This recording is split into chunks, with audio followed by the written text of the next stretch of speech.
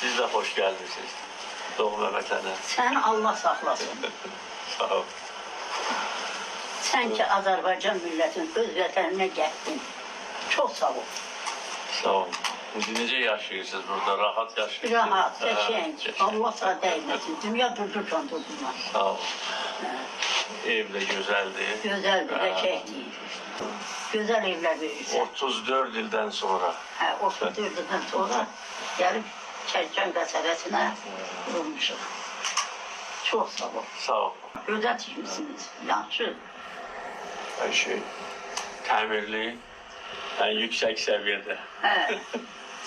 Sağ ol, başına dönüm. Bala neçə ay? 13 günlük 13 günlük. Bəli. Maşallah. Kərkicahanın ilk 3 günlük balası. Bəli. Bir Gəncədə doğulur. Bəli. Təbrik edirəm. Çox sağ olun. Çox